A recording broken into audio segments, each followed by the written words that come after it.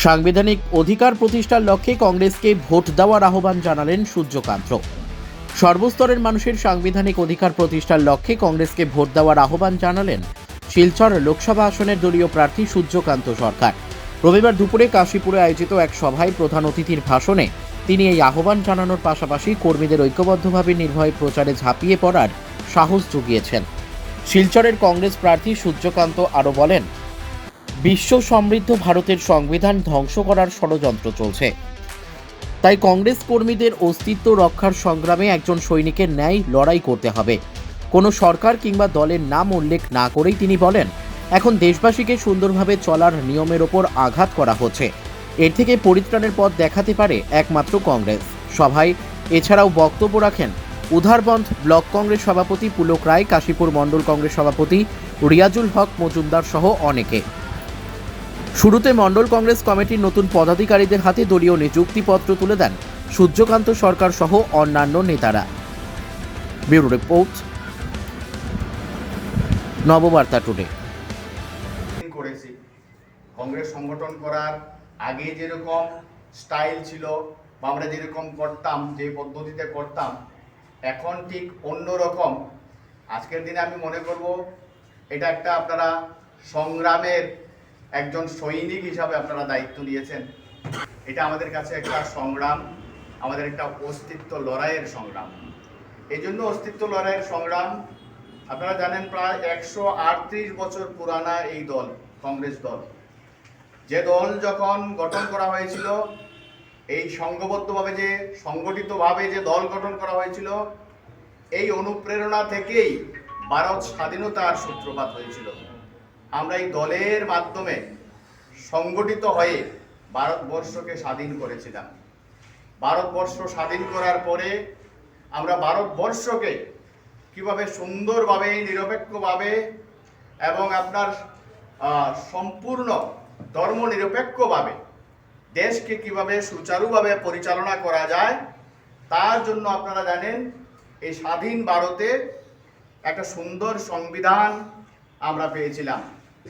Doctor Bhimrao Ambedkar জি, আপনার নাম শুনেছেন, ডক্টর ভীমরাও আম্বেদকর জির নেতৃত্বে একটা কমিটি গঠন করা হয়েছিল। এই কমিটি ভারতবর্ষের সুন্দর একটা সংবিধান বানিয়েছিল, যে সংবিধানটাকে আমরা বলি বিশ্ব সমৃদ্ধ সংবিধান। যে সংবিধানে আমরা যারা নাগরিক, আমাদের প্রত্যেক নাগরিকের সমান অধিকার প্রদান করা হয়েছিল। আমাদেরকে প্রত্যেকের নিজস্ব ধর্ম, প্রত্যেকের ধর্ম পালন করার অধিকার দিয়েছিল। আমাদের প্রত্যেককে কথা বলার অধিকার দেওয়া হয়েছিল, বাক স্বাধীনতা, নিজের ধর্ম কর্ম করার স্বাধীনতা, আমি স্বাধীনভাবে চলার স্বাধীনতা। এই যে সংবিধান, আজকের দিনে এই সংবিধানও ধ্বংস করার চক্রান্ত চলছে। আজকে সংবিধান ধ্বংস করা মানে, আজকে আপনারা প্রত্যেকেই একটা পরিবার নিয়ে বসবাস করেন, প্রত্যেকের পরিবারের একটা নিয়ম কানুন আছে। এই পরিবারের নিয়ম যখন কোনো ছেলে মেয়ে বা পরিবারের সদস্য ভঙ্গ করে, তখন দেখবেন পরিবারে একটা অশান্তি সৃষ্টি হয়। যে কোনো অবস্থায় আমরা পরিবারের শান্তি আনার ব্যবস্থা করি। ঠিক তদ্রূপ ভারতবর্ষের যে সংবিধান মানে ভারতবর্ষ সুন্দরভাবে চলার একটা নিয়ম। আজকের দিনে আমরা এই ভারতবর্ষ চলার যে নিয়মটা, এই নিয়মের উপরে আঘাত আসছে। এই নিয়মটা ধ্বংস করার চক্রান্ত চলছে। এই জন্যই আমি আমার বক্তব্য শুরুতে বলেছি, এবারের যে নির্বাচন শুধু ভোট দিয়ে সূর্য সরকারকে এমপি বানানো, সাংসদ বানানো না, এই সাংসদ বানানো বা এই ভোটের মধ্যে আমাদেরকে আবার এই যে সুন্দর সাংবিধানিক অধিকার প্রতিষ্ঠিত করতে হবে। আমরা এই গণতান্ত্রিক রাষ্ট্রের এক একজন নাগরিক, আমাদের প্রত্যেকের গণতান্ত্রিক অধিকার আছে।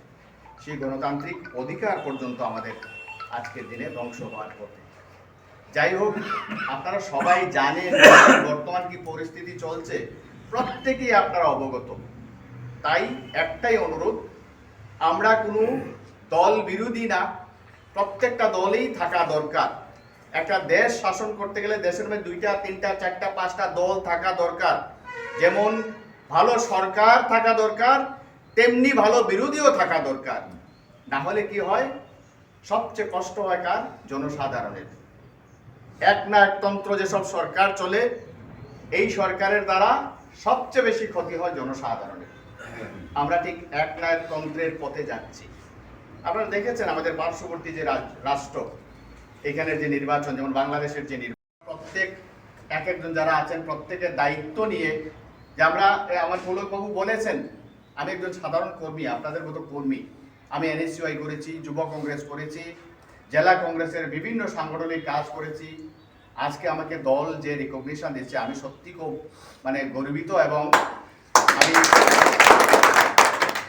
আমি কৃতজ্ঞ দলের প্রতি, যে যদি কেউ কাজ করে তাহলে কাজের মূল্যায়ন দল সঠিকভাবে করে। আমি নিজেও বিশ্বাস করি, কারণ একটা কথা আছে, কর্মা হিটস ব্যাক। কর্ম এমন একটা জিনিস, এই কর্মফল কেউ এড়িয়ে যেতে পারে না। আপনি বাজে কাজ করলে এটার ফল পাবেন, যদি ভালো কাজ করেন ভালো কাজেরও ফল পাবেন। এটা একদম